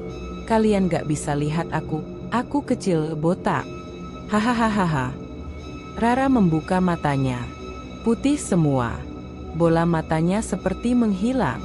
Tubuhnya kaku, tangan mengepal, lalu tertawa lagi tanpa jeda, membuat anak-anak lain menjerit dan lari tunggang langgang. warga segera berdatangan ke rumah Bu Lilis. Pak Hendra dan Pak Tarmizi datang pertama, disusul oleh Pak Heri, Dimas, dan beberapa ibu-ibu yang membawa air doa dan bacaan surah pendek. Namun begitu mereka mendekat, Rara mendesis. "Jangan ganggu aku, ini rumahku juga, aku tidur di kardus." "Hahaha, aku temani Om Wahyu. Dia baik, dia kasih darah, dia kasih mainan." Semua orang terdiam. Bu Lilis histeris. "Om Wahyu siapa? Rara?" Namun anak itu hanya menoleh ke arah dinding, lalu bicara sambil tertawa, "Om Wahyu punya kamar penuh uang, kamar rahasia, aku bantu dia ambil uang, aku yang bantu." Pak Tarmizi langsung memeluk Bu Lilis yang menangis tak terkendali. Pak Heri mencatat kata demi kata yang keluar dari mulut Rara. Ini bukan sekadar kesurupan. Ini pengakuan gaib. Dan semuanya mengarah pada satu orang, Pak Wahyu. Tak lama kemudian, Ustaz Salim, guru ngaji kampung, datang ke rumah Bu Lilis. Ia mulai membacakan ruqyah pelan-pelan. Rara yang semula menjerit, perlahan tenang. Matanya kembali normal, tubuhnya terkulai. Namun sesaat sebelum sadar penuh, ia berbisik. Om kecil itu sedih. Dia mau teman, dia gak mau uang lagi. Dia gak suka dikurung, dia lapar, dia mau tumbal. Rapat darurat kembali digelar malam itu di musola kecil kampung. Pak Hendra berdiri di depan warga dengan wajah tegas. Kejadian ini sudah sangat parah. Sekarang bukan hanya soal kehilangan uang, tapi anak-anak kita mulai diganggu. Kesurupan. Menyebut nama Pak Wahyu, menyebut kamar penuh uang. Pak Tarmizi menambahkan, ini bukan sekadar dugaan. Kita punya rekaman dari Dimas. Kita punya kesaksian. Kita juga tahu ada kamar misterius. Bahkan sekarang tuyul itu sudah mulai berbicara melalui anak kecil. Warga mulai bergumam, suara protes dan kemarahan semakin terdengar. Kita gak bisa diam, seru seseorang dari belakang. Besok malam, kita bongkar kamar itu. Usir Pak Wahyu. Pak Hendra mengangkat tangan, memberi isyarat tenang. Kita akan bertindak, tapi dengan cara terukur. Besok malam, saya minta yang berani ikut saya dan Dimas masuk ke rumah Pak Wahyu. Kita akan buktikan semuanya. Kalau terbukti, kita akan musyawarahkan langkah selanjutnya. Malam itu, Bu Erna terduduk di pojok ruang tamu. Ia mendengar semua dari luar pagar. Ia tahu, waktunya sudah hampir habis. Suaminya masih terbaring lemah di kamar, panas tinggi, menggigil seperti orang sekarat. Boneka tuyul sudah tak bisa dikendalikan. Bahkan kini, suara langkah kecil terdengar di seluruh rumah, bukan hanya di kamar belakang.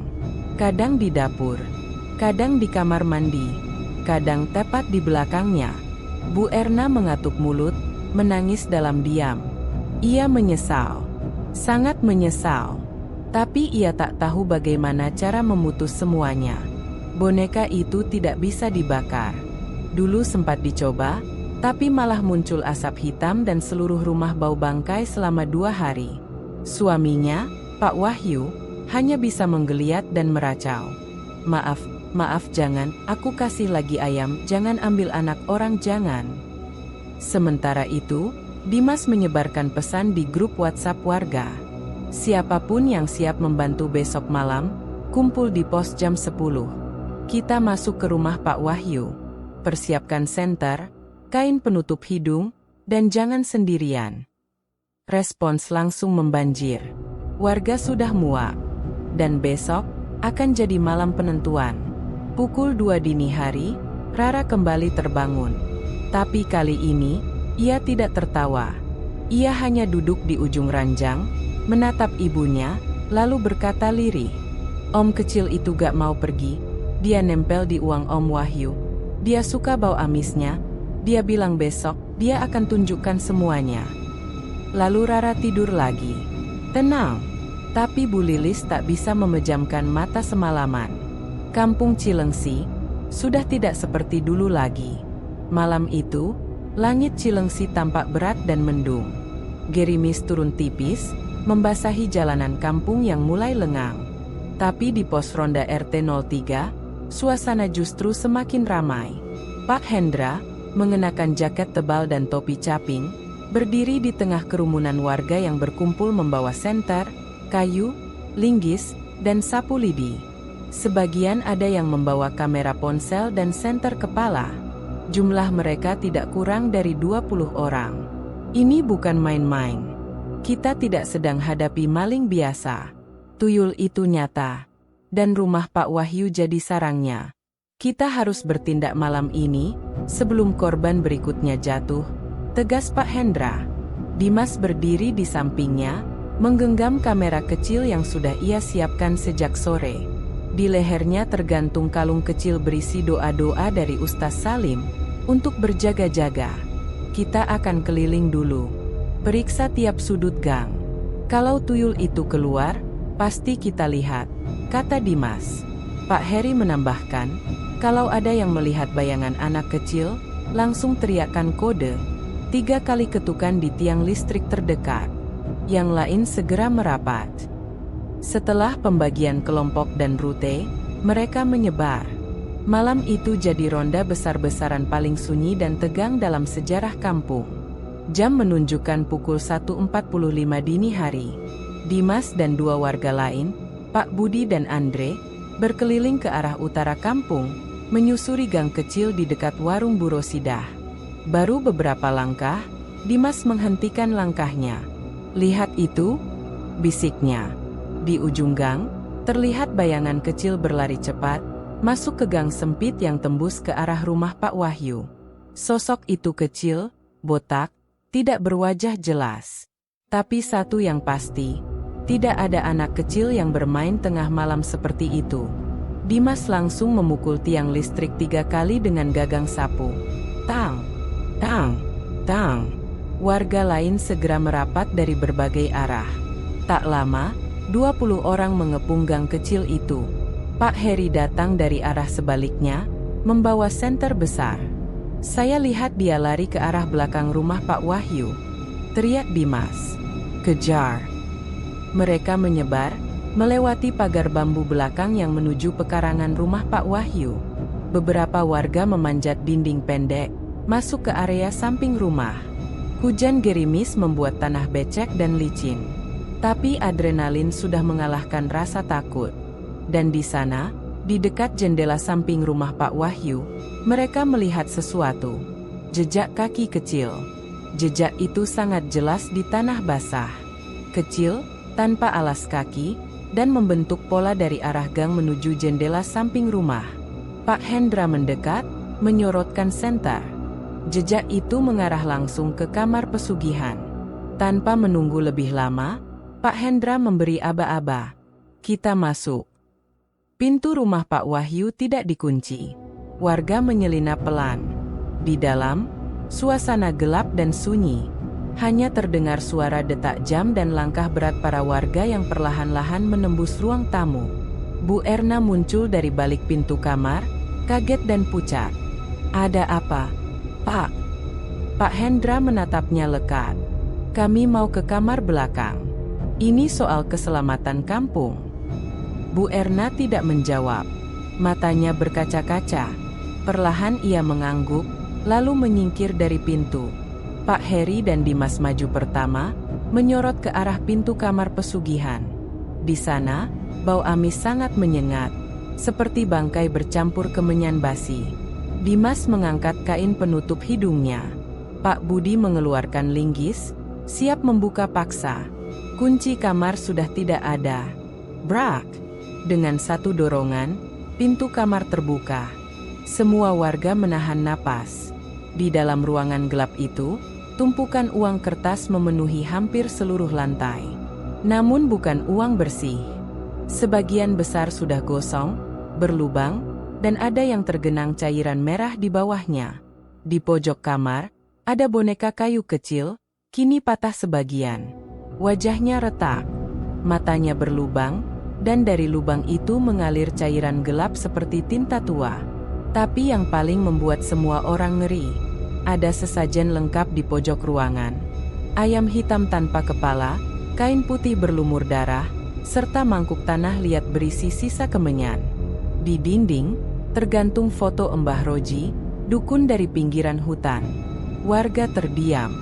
Tidak ada satupun yang bisa berkata-kata. Bahkan Dimas berhenti merekam.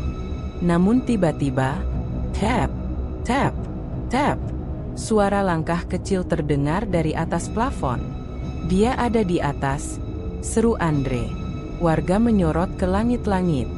Langkah itu pindah cepat ke arah dapur, lalu ke ruang tamu, lalu ke arah pintu depan. Tuyulnya kabur. Beberapa warga berlari ke depan, namun hanya sempat melihat bayangan kecil berlari ke kebun kosong. Tak bisa dikejar. Terlalu cepat. Dan hilang di balik gelapnya malam dan hujan. Pak Hendra berdiri di tengah ruangan kamar pesugihan yang kini dibuka lebar. Ia menatap semua warga, lalu berkata tegas, "Ini bukti nyata. Rumah ini pusat dari semua kekacauan di kampung. Kita tak bisa membiarkannya tetap berdiri." Pak Tarmizi mengangguk. "Besok kita putuskan lewat musyawarah warga." Pak Wahyu malam itu masih terbaring demam. Ia tidak tahu bahwa rahasianya telah terbongkar seluruhnya. Dan tuyul itu masih berkeliaran. Mencari rumah baru, atau kembali, untuk mengambil apa yang masih menjadi miliknya. Pagi hari itu, langit Cilengsi tetap mendung seperti menyimpan murka. Seluruh warga RT 03 sudah berkumpul di halaman musola kecil sejak pukul 8 pagi. Suasana tegang, tapi wajah-wajah mereka penuh tekad. Setelah penemuan kamar pesugihan semalam, Pak Hendra segera memanggil rapat darurat pagi-pagi sekali. Kali ini tak ada suara membela. Tak ada yang menunda. Semua sepakat. Rumah Pak Wahyu harus dibongkar dan disegel. Pak Wahyu sendiri belum sepenuhnya sadar. Tubuhnya terbaring di kamar depan, masih panas tinggi, dan sejak malam sebelumnya terus mengigau tak jelas. Bu Erna, duduk di samping ranjang, tampak pasrah. Matanya sembab. Ia tak lagi menahan air mata. Dari balik jendela, ia melihat warga mulai berdatangan membawa alat tukang. Linggis, palu, gergaji, dan beberapa bahkan membawa peralatan membakar kemenyan dan air doa. "Bu Erna," kata Pak Hendra, yang berdiri di ambang pintu, "kami tidak akan menyakiti keluarga Ibu. Tapi semua kamar di rumah ini harus kami periksa, termasuk kamar yang semalam kami buka." Bu Erna tak menjawab, hanya mengangguk lemah. Ia tahu, semuanya sudah tidak bisa disembunyikan lagi. Warga masuk secara teratur, dikawal Pak Hendra, Dimas, Pak Heri, dan Pak Tarmizi. Mereka memeriksa semua ruangan, memastikan tidak ada ruangan tersembunyi lainnya. Namun fokus utama tetap pada kamar pesugihan, yang kini terlihat lebih menyeramkan di siang hari. Begitu masuk kembali ke dalam kamar itu, warga langsung disambut bau menyengat yang lebih tajam daripada semalam. Uang-uang yang gosong kini tampak lebih jelas bentuknya, bukan sekadar terbakar, tetapi sebagian meleleh seperti lilin. Di sudut ruangan, Pak Heri menemukan satu celah di lantai. Ia berjongkok, membersihkan debu dan serpihan uang, lalu menyorot ke bawah dengan senter. "Ada rongga di bawah sini." Beberapa warga segera membantu mengangkat papan lantai. Setelah dicongkel dengan linggis, terbuka lubang selebar setengah meter, cukup dalam, dengan tangga kayu menurun. Di dalamnya tampak ruang gelap, dengan dinding tanah lembab dan bau apek menyengat. "Ada ruang rahasia," seru Dimas. Tanpa ragu, Dimas menuruni tangga kecil itu dengan kamera dan senter di tangan. Yang lainnya menunggu di atas dengan tegang. Di ruang bawah itu, Dimas menemukan 3 boneka kayu lain yang lebih besar, masing-masing ditempatkan dalam toples kaca. Sebuah kotak besi berisi rambut dan potongan kuku manusia. Beberapa kain kafan kecil berwarna coklat tua. Dan tulisan-tulisan rajah di dinding, ditulis dengan cairan merah tua. Di pojok ruangan, ada satu lukisan tua berbingkai, bergambar anak kecil botak tanpa alis, mengenakan kain putih, tersenyum lebar dengan latar merah darah. "Gila, ini tempat pemujaan," Gumam Dimas. Ia naik ke atas dan menunjukkan foto-foto temuannya kepada warga lain. Tangisan Bu Erna pecah melihat semua itu. Semua itu. Dulu disuruh Mbah Roji. Saya gak tahu bakal separah ini. Saya pikir cuma ritual biasa. Saya pikir cuma tuyul. Saya pikir gak bakal ganggu orang lain. Pak Tarmizi memejamkan mata dalam-dalam. Ini bukan lagi tentang uang. Ini dosa besar. Ini teror terhadap kampung. Siangnya, setelah semua bukti terkumpul, Ustaz Salim datang bersama beberapa pengurus masjid. Mereka membawa air doa dan garam kasar. Ustaz Salim memimpin pembakaran sesajen dan pemusnahan benda-benda gaib di halaman rumah. Boneka-boneka dibakar bersama kain kafan dan sesajen ayam. Api sempat membumbung tinggi. Beberapa warga yang menyaksikan mengaku mendengar suara jeritan kecil dari api, seperti suara anak-anak menangis atau tertawa lalu menghilang. Pemusnahan ditutup dengan pembacaan doa bersama. Air doa dipercikkan ke seluruh penjuru rumah. Garam ditebar di sepanjang pekarangan. Tapi itu belum cukup.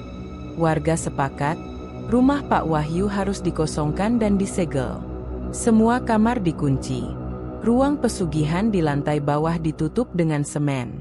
Dan pagar diberi tanda silang merah besar, tanda bahwa rumah itu tidak boleh dimasuki, minimal sampai 7 malam ke depan. Sore harinya, Pak Wahyu akhirnya sadar, tapi hanya sebentar. Ia meracau melihat boneka-boneka dibakar. Matanya membelalak, lalu tubuhnya kejang.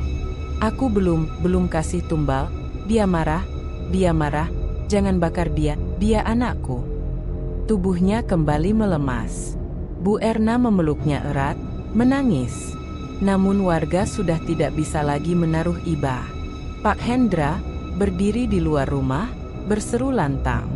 Mulai malam ini, keluarga Pak Wahyu harus meninggalkan kampung. Kita tidak bisa hidup berdampingan dengan penyembah tuyul. Kita beri waktu sampai besok pagi. Setelah itu, rumah ini akan dikosongkan total. Beberapa warga tampak setuju. Ada yang masih menahan emosi. Ada pula yang mengelus dada melihat Pak Wahyu yang terbaring seperti orang sekarat. Tapi keputusan sudah bulat. Rumah itu tidak boleh lagi menjadi tempat tinggal siapapun, terutama mereka yang membawa bencana. Dan tuyul itu belum terlihat lagi. Tapi langkah-langkah kecil di malam hari masih terdengar samar bagi warga yang tinggal di sekitar rumah Pak Wahyu. Sebagian percaya, roh tuyul itu belum sepenuhnya pergi. Masih menunggu. Masih bertengger di tumpukan uang gosong yang tak sempat terbakar sempurna. Pagi itu, kampung Cilengsi masih diguyur hujan tipis. Tapi tak ada yang bisa meredam emosi warga yang sudah berkumpul sejak selepas subuh di depan rumah Pak Wahyu. Papan kayu bertuliskan, segel warga, dengan tanda silang merah dipancang di halaman depan.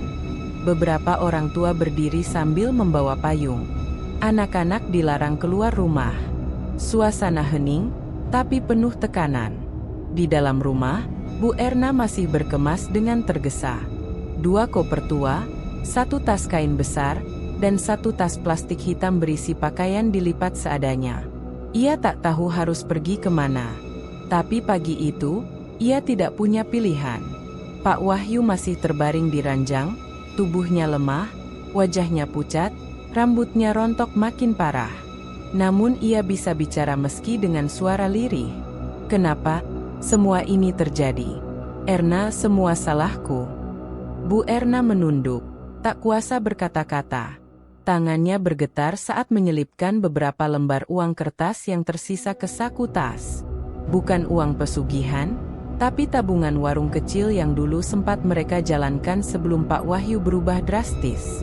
Tiba-tiba, suara gebrakan terdengar dari luar. Pak Hendra berdiri di pagar rumah, dengan mikrofon kecil yang terhubung ke speaker mushola.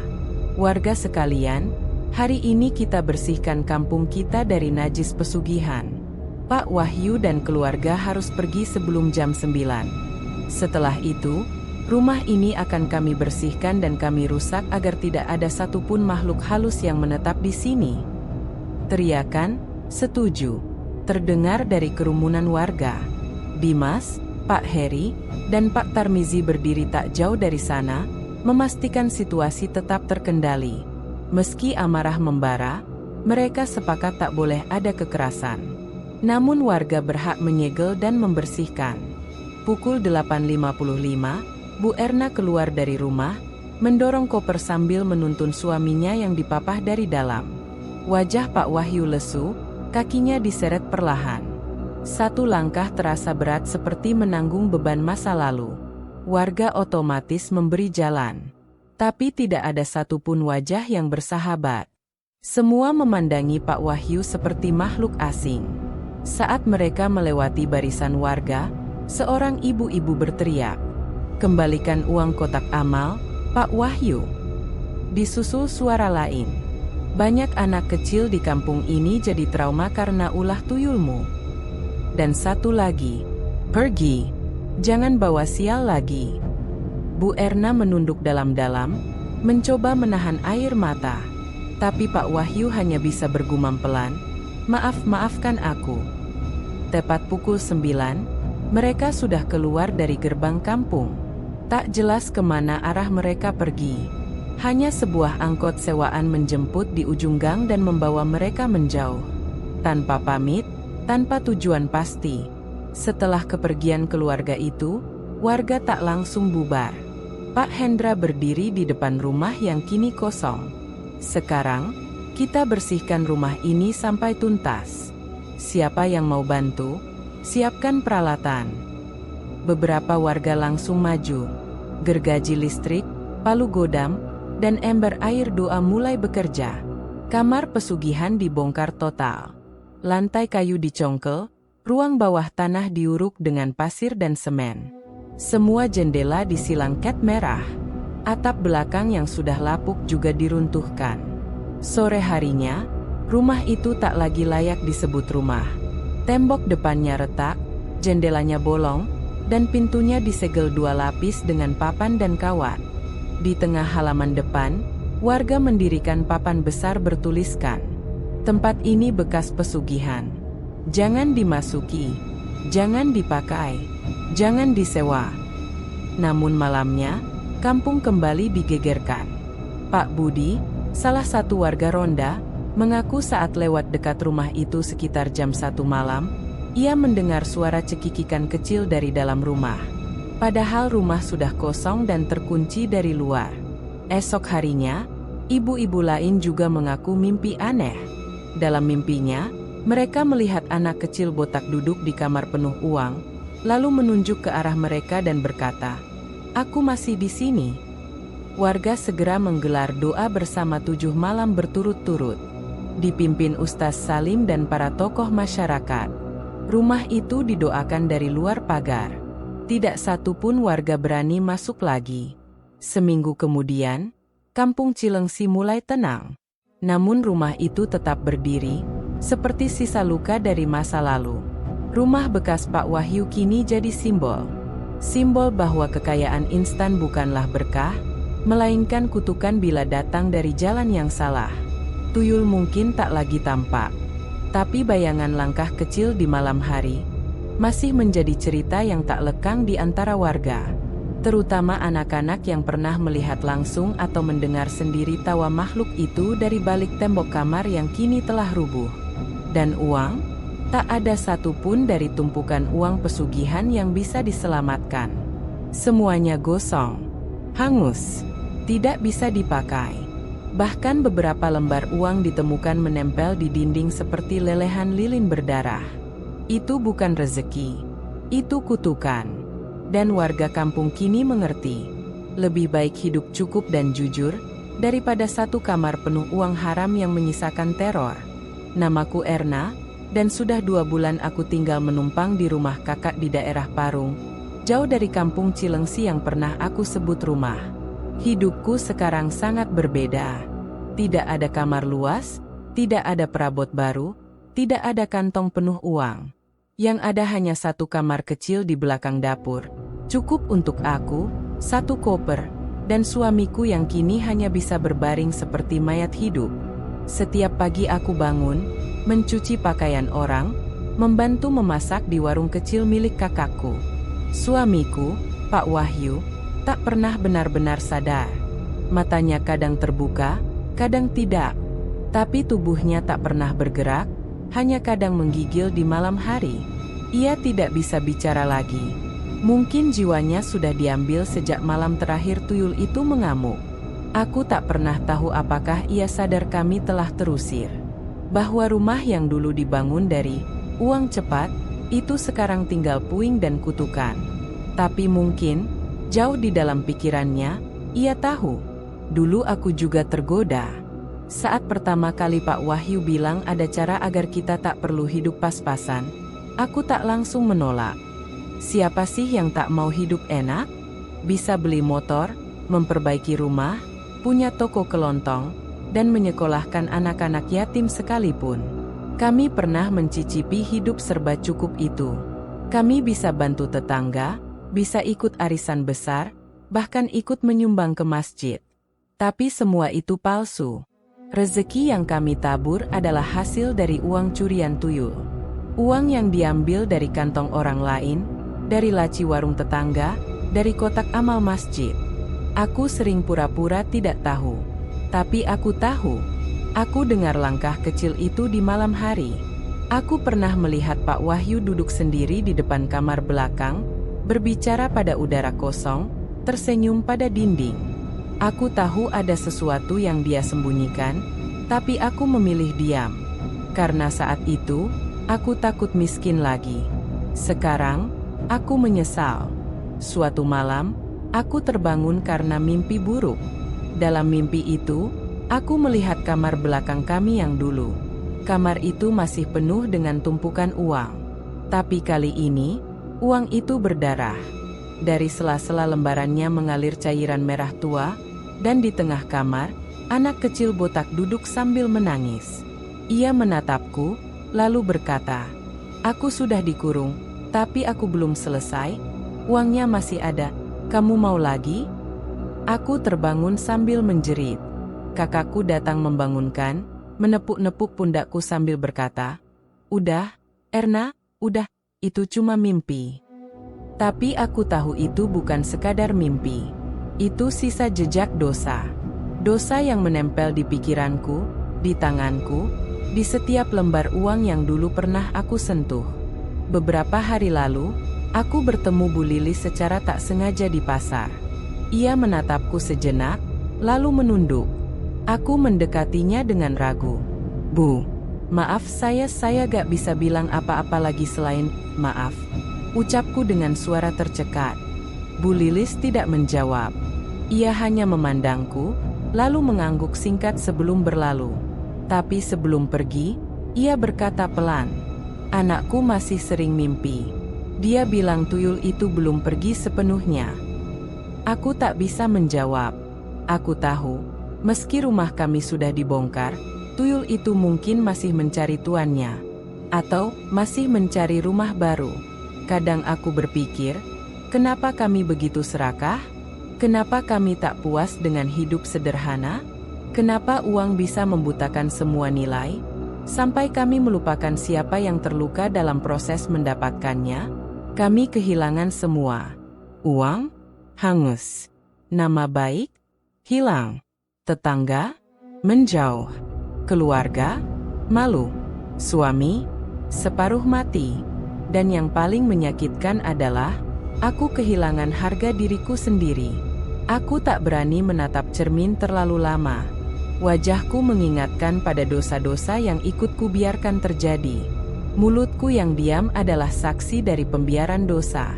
Kini, hidupku hanyalah sisa dari kesalahan besar. Tak ada yang bisa kuperbaiki selain mencoba bertahan hidup dan tidak mengulangi lagi. Setiap malam, aku duduk di depan kamar suamiku. Aku menatapnya lama, kadang menggenggam tangannya yang dingin. Dalam bisikan lirih, aku berkata, "Kalau waktu bisa diputar, aku lebih memilih hidup susah bersamamu, asal kita bersih dari kutukan ini." Tapi tak ada jawaban. Hanya suara kipas tua dan dengkuran lemah suamiku yang mengisi kamar kecil kami. Kepada siapapun yang membaca kisah ini, Aku hanya ingin berkata satu hal. Jangan pernah tergoda untuk mengambil jalan pintas dalam mencari kekayaan. Jika kamu berpikir uang bisa menyelesaikan semua, ingatlah, uang yang datang dari kegelapan hanya akan membawa kegelapan. Dan jika suatu hari kamu menemukan uang di jalan, atau rezeki tak wajar datang bertubi-tubi, bertanyalah, dari mana asalnya? Jangan sampai kamu membuka pintu untuk sesuatu yang tidak bisa kamu usir lagi. Hari ini, aku mencuci pakaian orang dengan tanganku sendiri. Aku menjajakan gorengan di depan rumah. Aku hidup pas-pasan. Tapi aku bisa tidur tanpa mimpi buruk, kecuali malam-malam tertentu, ketika aku merasa ada langkah kecil di dekat ranjangku. Tapi tidak apa-apa. Aku akan terus hidup. Karena sekarang aku tahu, uang tidak membawa bahagia. Yang membawa bahagia adalah hati yang bersih dan hidup yang jujur. Kalau kamu suka cerita seperti ini, jangan lupa like kalau kamu menikmati ceritanya. Subscribe supaya gak ketinggalan cerita horor lokal berikutnya. Dan share ke temanmu yang suka kisah mistis, tapi juga penuh makna dan pelajaran hidup. Cerita seperti ini bakal terus hadir, bukan cuma buat menakut-nakuti, tapi juga buat mengingatkan bahwa di balik setiap keinginan, ada harga yang harus dibayar. Sampai jumpa di kisah selanjutnya.